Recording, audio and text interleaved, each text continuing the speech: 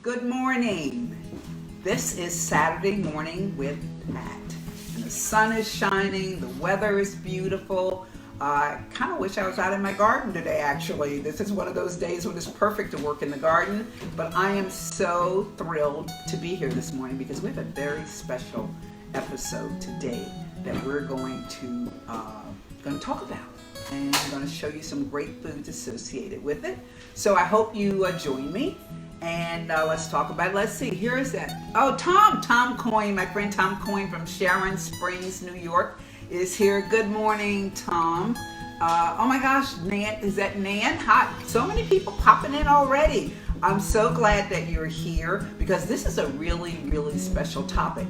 And actually, as I posted this week about the fact that we would be talking about Juneteenth, good morning, Tiffany is here, and is that Mary? Hi there. Lori, oh my goodness, lots of people popping in this morning.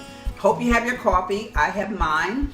I have my red mug today, and because we're celebrating Juneteenth, and that's one of the really special colors for Juneteenth. And so, but as I posted about the fact that we were going to talk about Juneteenth, I started getting lots of questions.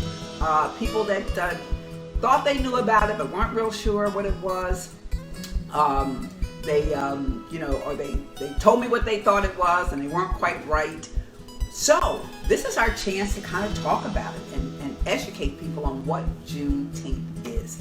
Juneteenth actually started in Galveston, Texas, and it has made its way across the country over the years. I remember Juneteenth starting in my hometown of St. Louis back in the 80s when I went to the first Juneteenth celebration. And yet Juneteenth has been going on since 1865. So that shows you how long Juneteenth has been around. But it kind of remained in Texas and the southern states for a very long time. And I'm really pleased to see that it has made its way around the country, and more people are celebrating Juneteenth, and more people are understanding the importance of Juneteenth, because while it focuses on African Americans, it truly is an American holiday. It's a part of American history, a very important part of American history. So let's talk about what it is. First, let's start with the date, September 22nd, 1862. That's when President Abraham Lincoln, as you probably know, signed the Emancipation Proclamation. And the Emancipation Proclamation proclaimed that all slaves were thereby free. They could leave the plantations, they could strike out on their own, they could be free people. But that didn't happen all across the country. As you know, that was after the country had been embroiled in a civil war. And the country was deeply divided between the Confederate states and the Union states. And it was the Union states that won the Civil War, of course. So when the war ended, the war didn't really end neatly, as wars are often wont to do. The war was kind of messy. There were skirmishes going on all around the country. There were rebels who were still holding out and fighting, and the Union was still trying to kind of bring everybody under one umbrella, because Confederate states had seceded, and one of those states that had seceded from the Union was Texas. What's interesting about Texas and why it kind of sits at the heart, why it does sit at the heart of Juneteenth, is that Texas, as a Confederate state, geographically never experienced a battle during the Civil War. It was sort of on the fringes of the Civil War. So it never really experienced a battle. So it kind of stayed off the radar screen. And a lot of people, slave owners, were kind of making their way. Believe it or not, there was a period when people were actually leaving other states and immigrating to Texas. There was one slave that wrote, it seemed at one point everybody was headed to Texas. So Texas kind of kept its own thing going and maintained slaves. Slaves in Texas didn't know that the Emancipation Proclamation had been signed. So that actually lasted for 3 years. I know people say 2 years, but it really was 3 years. The Emancipation Proclamation took effect in 1863, even though it was signed in 1862. So that's why people say 2 years it took for slaves in Galveston to know that they were free. But in June 19, 1865, Major General Gordon Granger, who was heading up a Union unit, went to Galveston, Texas, and took authority over Galveston, Texas as a Union entity. Galveston, Texas was no longer allowed to be a Confederate state. And on that day, June 19, 1865, Major Granger issued an order. He read the Emancipation Proclamation, and he issued an order that all slaves are now free, establishing the Union Army's authority over Texas. And that is when, 3 years later, after the signing of the Emancipation Proclamation, slaves in Texas learned that they were free. The rest of the country knew that they were. Slaves in Galveston, Texas didn't know. And of course, once folk found out they were freed, what did they do? They celebrated. Now, because it was June 19th that Major Granger showed up and made his proclamation, somehow that date, June 19th, became shortened, as folk want to do, became shortened and became Juneteenth, which I love. I love that name, Juneteenth. And all of a sudden, slaves all over Galveston understood they were free. Now, there are some stories that say that that Juneteenth was established as an opportunity for blacks and whites to celebrate together. I'm not really so sure about the history of that. I mean, when a state has been divided for so long, I can't imagine that people are going to cross boundaries that quickly and celebrate. It's a great thought. I don't think that it happened, but there are stories that say that that's what happened. And even if it did happen, honestly, Jim Crow laws after the Emancipation Proclamation that took effect would have put a kibosh on that. It would have stopped that right away, because Jim Crow laws were draconian. They were harsh. They were vicious. They were really, actually, in many ways, worse than slavery. So, but there was a period, Reconstruction, when slaves celebrated their freedom. And that's what Juneteenth is. It's the day that African American slaves in Texas finally joined slaves the rest of this across the country in being a free people. So that's what it's all about. That's what the celebration is. So let's talk today about, and I hope all of you have your Juneteenth, post on Facebook, because I think that, the story needs to be told. It's an African American story. It's an American story. It's an intrinsic part of American history. It's when African Americans were able to join the ranks of those who were covered by the Constitution as a whole people, as a free people. Now, we know those battles still go on to make sure that that happens. But on June 19th in 1865, finally the people of Galveston, Texas got the word, and they celebrated. And how did they celebrate? With food, of course. Food is always at the center of celebrations. And something as fabulous as this required a huge celebration. So let's talk about what they would have celebrated with.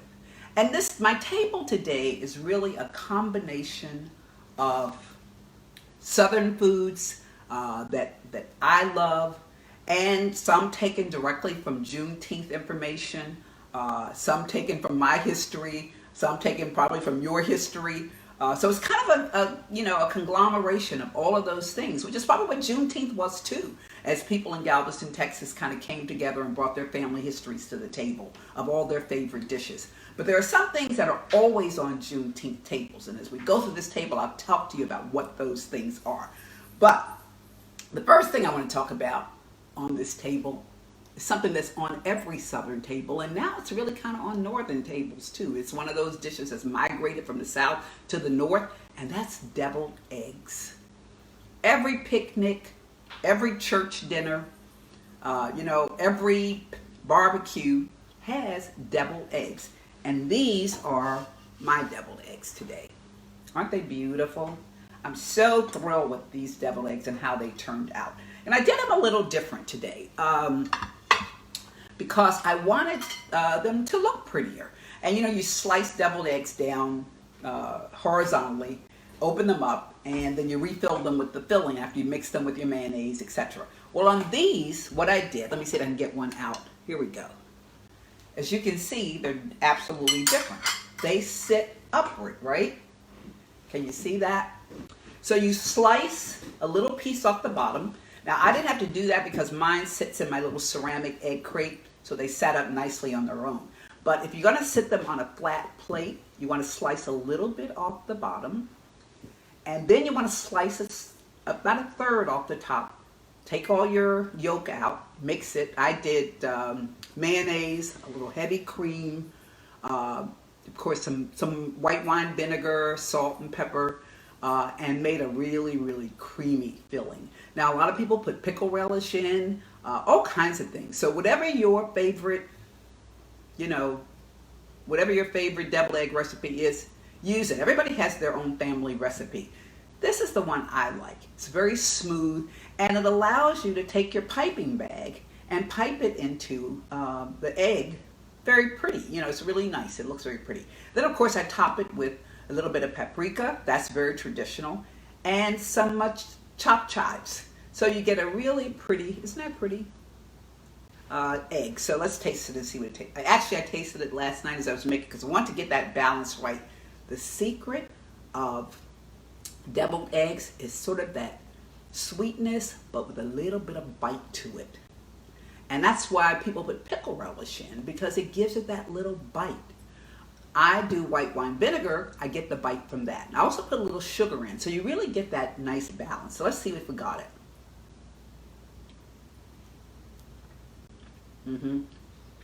We got it. It's really, really good. This is a great egg. It really is. I'll tell you a little secret. Oftentimes, you want to boil your eggs. You know what I've started doing when I got to do a lot of eggs like this? At the grocery store, those smart people at the grocery store start selling boiled eggs already peeled. If you watch Living Well with Pat Nogar, there's a video with Susan, who's standing over here, showing us how to peel an egg. But if you got a dozen or 2 dozen eggs to peel and you want to take them to a party or whatever, and you just want to get it done, go buy them already peeled. They come, I think, like a dozen at a time. That's what I bought. And now you got to, half of the work is done for you.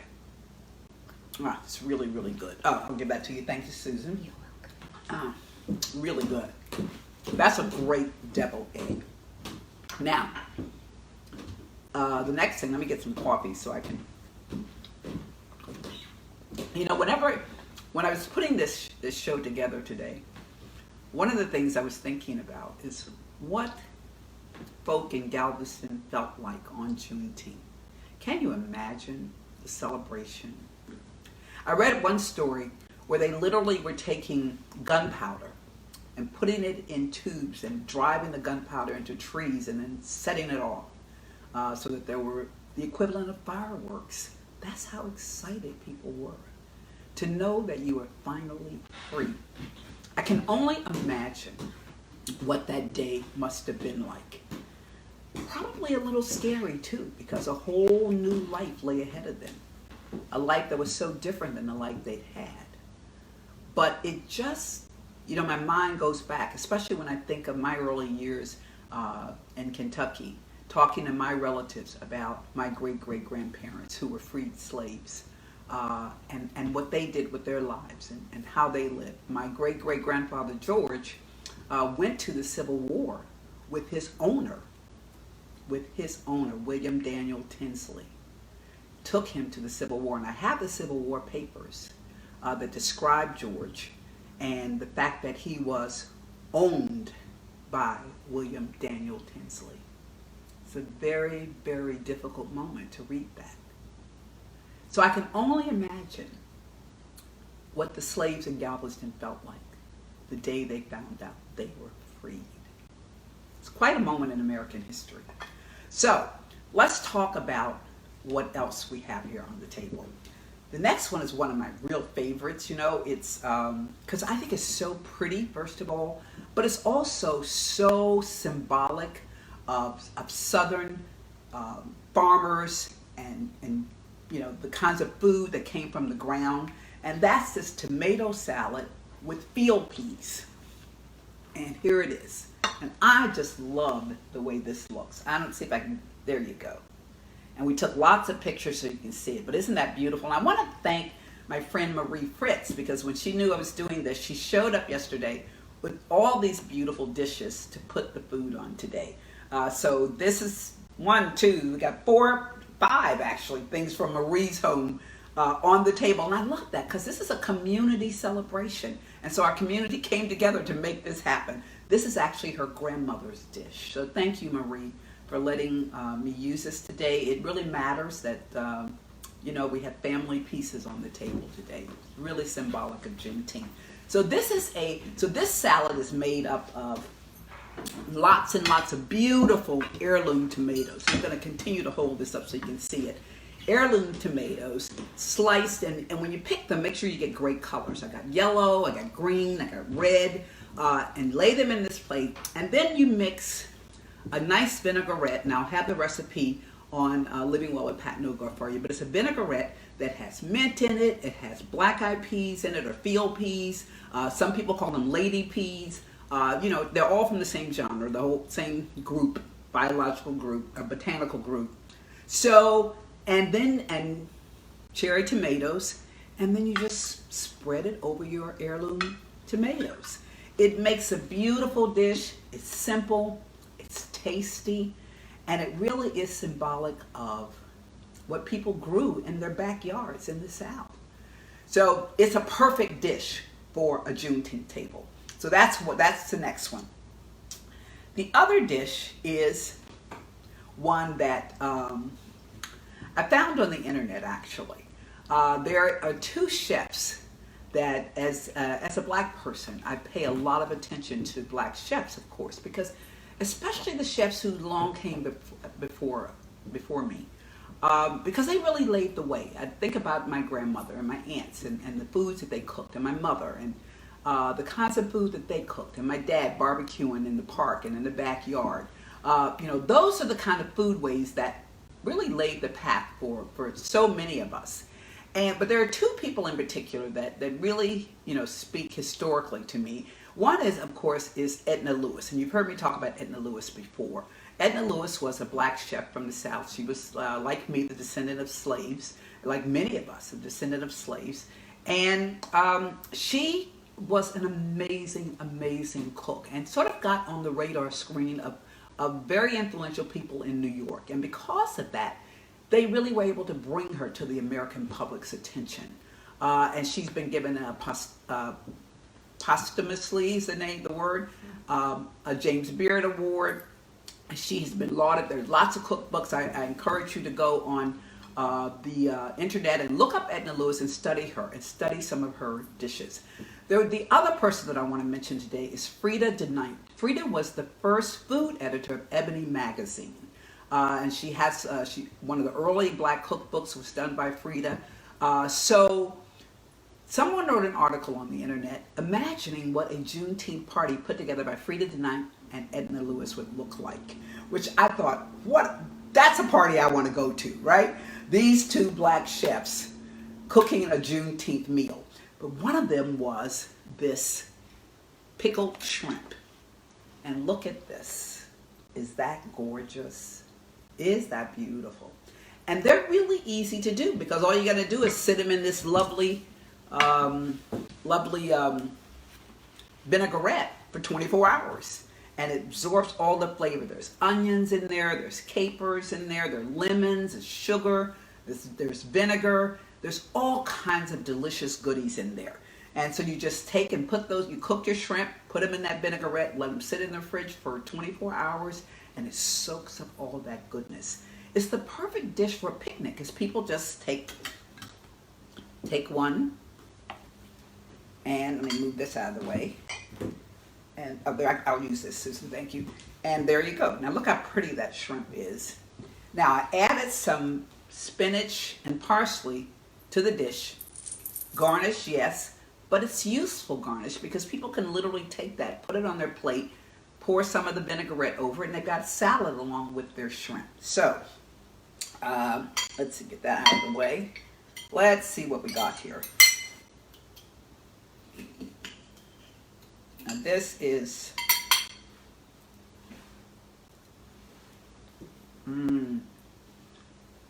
that's really good. Very, very good. Picking up all of those tart flavors of the vinaigrette. Lots of notes in here because of the capers and the lemon. And then, of course, the onions. And it's Vidalia onions, of course, because we're talking a southern dish. Going to use a sweet onion, a Vidalia onion. So when you go to the grocery store to look for your onions, look for the Vidalia onions. They're a very specific type of onion. They're very sweet. And they bring a note to a dish that no other onion can bring. So make sure you use Vidalia onions. But this is really good. And you know what? While I got this on the plate, I realized I did not try my tomato dish. And I'm going to add it to the shrimp. And the reason I want to talk about is this. Look at this. Is this gorgeous? This is a tomato server. And it's newly acquired. I bought it on eBay at an auction. If you follow Living Well with Pat Nogar, you'll remember we were talking about somebody had posted about a tomato server. I shared it on Living Well with Pat Nogar, and it's talking about my grandmother's sterling silver sardine fork that I used all the time. And it started this whole conversation about people saying, oh, I have one of those. I didn't know what it was. Now I'll polish it up and use it. The reason I added it to the table today is coming out of slavery. Free slaves didn't have very much, of course. So if you can imagine families, maybe at some point in their lives, acquiring something luxurious like a silver tomato server or a silver sardine fork, and it becoming a precious treasure in their family and being passed down and being brought out at holidays and various celebrations, that treasured thing that somebody down the road gets and says, this was grandma's. And this is really what this represented to me. So I had to have it because it's that one thing on the Juneteenth table that would represent that family heritage, coming out of slavery and finally beginning to maybe work towards something. This could be representative of that, owning something like this. So I just thought this was really special and I love it. So let's try some of this here. I'll start from this end and get it. So I've got some beans on there. I want to see what this, because the vinaigrette on here is so rich. So good. There we go.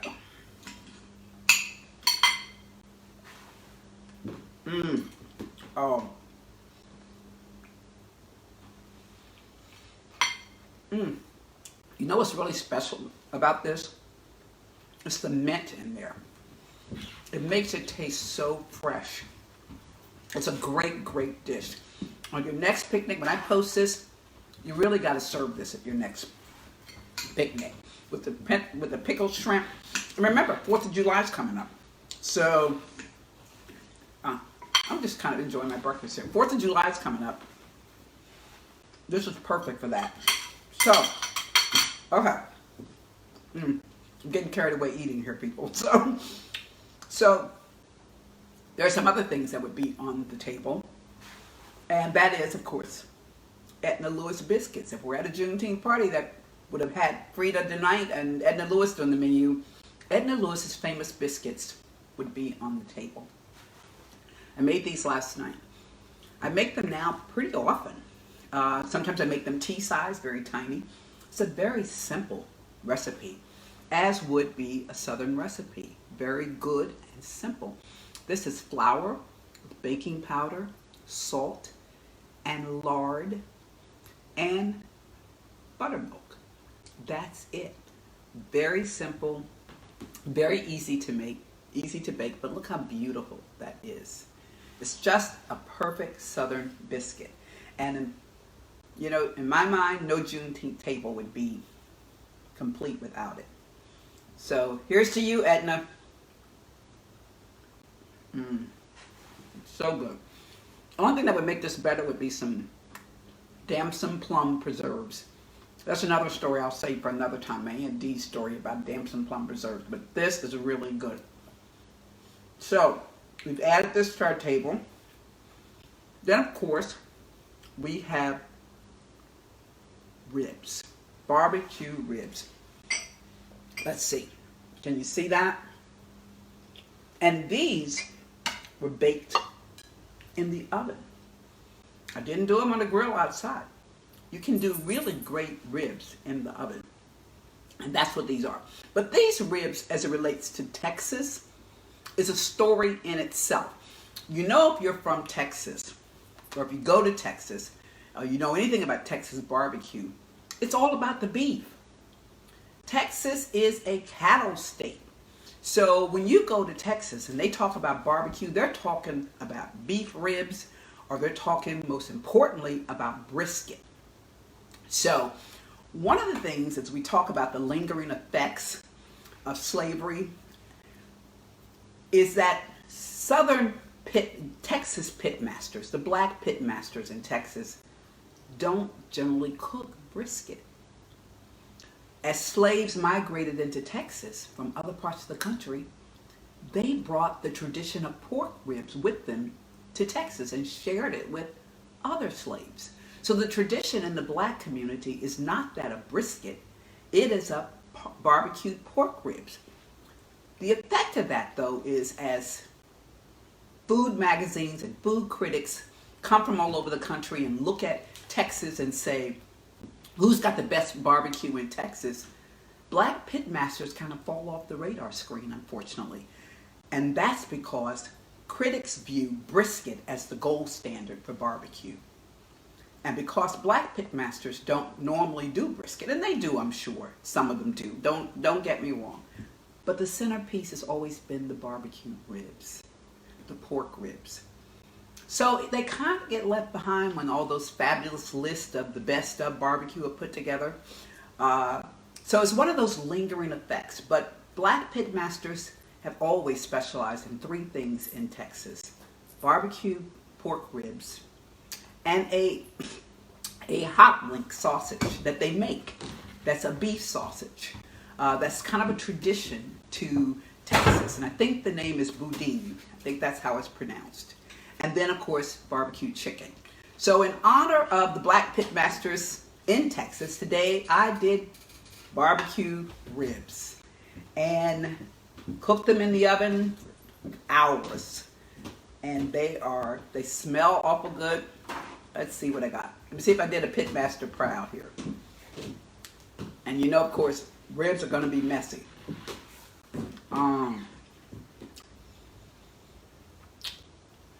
That came right off in my mouth. This is so good. Use a little liquid smoke and you'll get that grill flavor, that barbecue pit flavor. This is so, look at this. Look how easy this comes off the bone. These are great ribs. The secret to get in, look at that, they even have bark. And when you talk to pit masters, they'll tell you one of the keys to, you have good ribs is you have a little bark on there. It's like a little sort of textured covering on the ribs. That bark comes from that slow cooking and that having the right fire. What I did with these ribs, before I baked them in the oven, let them sit in the oven for so long, I broiled them under the broiler in my oven. So that crust that I put on, that rub that I put on, just started to bubble up. And what you get is this lovely, crusty bark on the thing. The person I was channeling when I was making these was my grandfather. My grandfather owned a barbecue restaurant in St. Louis. So I was talking to him in my head last night as I was putting the rub on the ribs and trying to get the right combination and saying to him, I'm channeling you, Granddaddy, today. So these ribs are in honor not only of Juneteenth and of Galveston, but of my granddaddy, who stood over a barbecue pit for many years and made lots and lots of barbecue for a lot of people. So, and he was really good at it too. He's really the person that I really first learned about deep, rich flavors from, because when you make barbecue sauce, you really are focused on deep flavors and combinations. Oh, thank you, Susan. Oh, that's good. So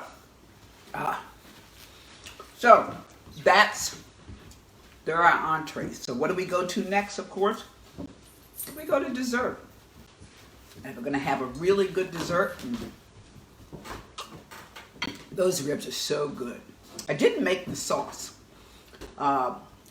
My granddaddy probably would have said, what do you mean you didn't make the sauce? Because that's what he was really good at. He made a great sauce that people came from all over the region to buy at the holidays. But I had never used this before, and everybody keeps telling me about it. Sweet Baby Ray's. I bought actually two kinds, one that had a bourbon in it and this one. And I really like this, so I used that. So, what else is on a Juneteenth table? Not yet. Okay, what else? Okay, what else is on a Juneteenth table? Tea cakes. Always on a Juneteenth table. Tea cakes. Oh, okay, Susan, you're right. We should do this. We should do that too. Let me get this. Let me take this plate. Okay. There are a couple of things that are going to be on the table. Tea cakes. This is what a tea cake looks like. How easy, simple is that? Is that elegant, simple in its simplicity? Everybody's grandmother in the South, everybody's mother, everybody's aunt made tea cakes. There are as many recipes for tea cakes as there are people. My aunt Georgia used to make the best tea cakes there was, and I had been trying to figure out that recipe. I had made a million different kinds of tea cakes. And memory is a funny thing. I probably just I idolize it in my mind, and it's gotten huge, and I may never find what I think is her flavor. But I've tried lots of different ones, but she made the best tea cakes. So I made tea cakes because I'm on a Juneteenth table. They're always there. I gave couple of these to Marie, sent home with them yesterday, and she called me this morning and said, those were the best. She said they were gone before I got 2 blocks from your house. So, I added lemon zest to these because I'm told that's what they do in Texas. So that's what I did. Growing up, the ones I made did not have lemon zest. There was some vanilla flavoring, and they were delicious, but no lemon zest. And actually, though, the lemon zest really does add a nice flavor to the profile. So, and what would go with it? If you're going to have, here we go. If you're going to have tea cakes, ice cream is the best thing to go with it. So what did I do? I made you some ice cream. This is vanilla ice cream with toasted pecans and bourbon. So, if you know anything about Texas, one of their major crops is pecans. So I just thought this must be the best thing to make for a Juneteenth celebration. And let's see, who else is? Boy, lots of people. BJ, I think I see BJ Bell, my friend from St. Louis, has popped on. And I hope Bruce is there. Bruce is my young friend who always loves to watch. So Bruce, if you're watching this morning, good morning. So, making ice cream was my Aunt Addie's thing for our family reunions. But I gotta tell you, she made the worst ice cream you would ever imagine. And none of us had the nerve to tell her how awful it was. We'd eat it, and then we'd have to line up for the bathroom. That's how bad it was. However, my mother made great homemade ice cream, and I have so many memories of that. With my dad helping us turn the churner, turning that ice cream. That was when you had the old-fashioned kind, not the electric kind.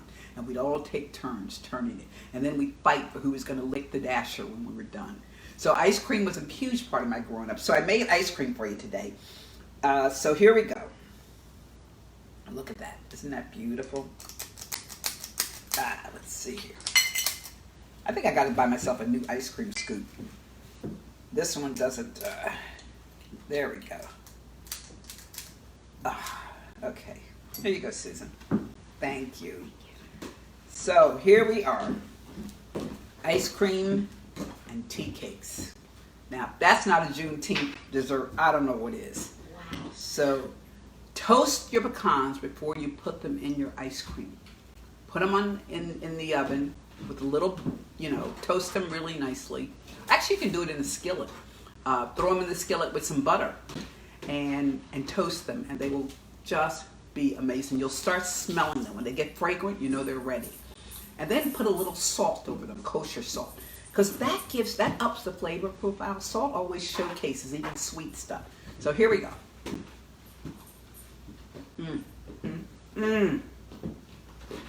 That bourbon is just singing in this ice cream.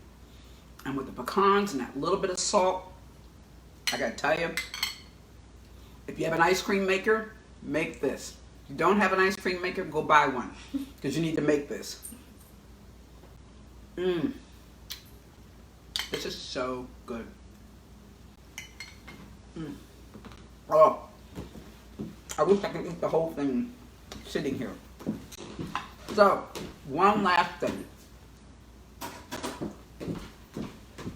You know it wouldn't be complete without a cocktail, right? And this is a very special cocktail because there's one other thing that was always on a Juneteenth table. And that is red soda water. That's what they called it, red soda water. When I was a kid, we called it cream soda or maybe strawberry soda. It's always my favorite. Red soda water was my choice. And with barbecue, there was nothing better. So on a Juneteenth table, red soda water was always there. So, and that actually has some history to it. If you look back in African cultures, hibiscus drinks are really, really prevalent, made with hibiscus flowers or sorrel. Beautiful, beautiful drinks. So I had one in New York when we were on the Harlem tour. It was absolutely delicious. So the red soda is really, very, very attached to African culture. So what we're going to have today is a watermelon cocktail, because there were two things on the table: red soda water, and then the other thing was watermelon. So I've combined the two today, and we have a watermelon cocktail, standing in for our red soda water and our watermelon. 2 for 1, right? So we've mixed in 8 cups of chilled watermelon, some coconut water, and some fresh lime juice. So this is when my rice spoon comes in handy again. Remember this from last week. So you stir that up nicely, and then we add in, let's see, some citron vodka. That's lemon flavored vodka. I'm going to put a whole cup in. Now this is a summer drink. Vodka is really one of those summer spirits that just kind of goes with summer. Gin and vodka. I love bourbon. I love all those things. But when it comes to a cocktail in the summertime, gin and vodka really, really do it. Well, unless you're mixing it with pineapple. Now you got to have rum, and now you got a nice tropical drink. So we're going to mix that in.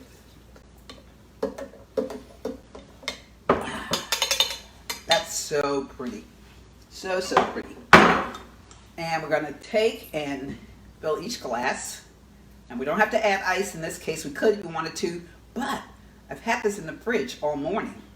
So it's nice and cold. I'm going to make one for me and one for Susan. So there. Isn't that pretty? Does that remind you of red soda water? So, but you know me and my bag of tricks. Got a bag of tricks for you. Susan, can I hand you that? Yes. There we go. We're going to garnish this because it's Juneteenth. It's a holiday. We're celebrating. So we're going to add in some lime slices. Put them in so they'll float in the drink. They'll look really pretty in there. Lime slices. Then we're going to put some mint in. There we go. Add some mint. And then because it's a watermelon drink, we're going to add watermelon garnish. How about that? Is that the prettiest drink? Is that perfect for Juneteenth? We got red soda water, we got watermelon, we got tea cakes, we got ribs, we got deviled eggs, we got field peas, we have pickled shrimp, we have Edna Lewis biscuits. We are ready to celebrate the freedom of a people. I hope you enjoyed our Juneteenth celebration. I hope you enjoyed the story of Juneteenth celebration. It's one that's very, very important to me because it makes me think of my great-great-grandpa George and what he went through to become a free person and all the things that he did with that freedom. So it matters. It means a lot. So I encourage you to celebrate Juneteenth and all that it brings to the American story. It's a very, very important part of the American story.